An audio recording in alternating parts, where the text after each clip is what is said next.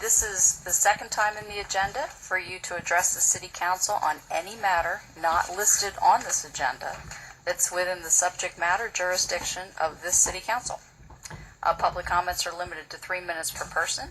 I do have e-comments submitted by Mr. Chris McLaughlin, and appearing here in person tonight, I have Mr. Chris McLaughlin with a request to speak. Good evening, Mr. McLaughlin, and welcome. Thank you, Mayor Gamble. Looks like I missed the first part of the meeting. Guys breezed through that pretty quick. I wanted to start with reading my e-comments. I noticed you guys don't. I'm not sure if they circulate at all. What I put tonight was about the global war on terror. We had 4 Green Berets killed in action last week in Niger. I think it's time to seriously consider whether we are winning the global war on terror or if it will ever end. I also wanted to note I don't feel, or I am aware that it doesn't seem like you feel this is part of our subject matter jurisdiction. I just noticed... The global war on terror? Yes. I'm just clarifying. And I noticed the box outside for 2-5 has a deployment OEF-10 from 2012 to Ramadi in Helmand Province in Afghanistan as a part of the global war on terror. So that's where I'm coming from as far as why I think it affects us. I also noticed I finished watching the Vietnam series on PBS, the documentary, this weekend, so it's kind of in the front of my mind.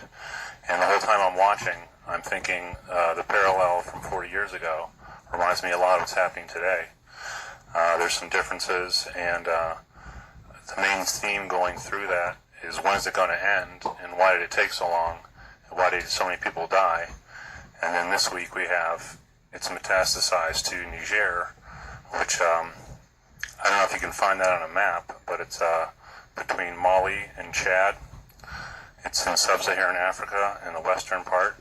I had no idea we had combat operations in Niger. I don't know if you did, but it seems like we're at war in about 7 different countries these days without war being declared.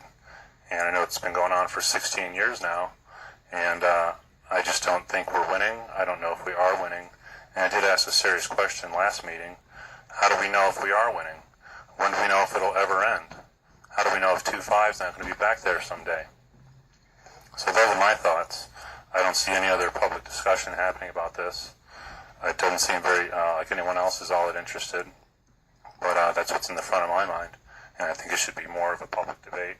And we should hold our leaders a little more accountable, or else 40 years from now they'll be watching a documentary on PBS about why did this go on so long.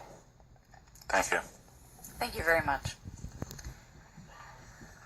Moving along to item number 9.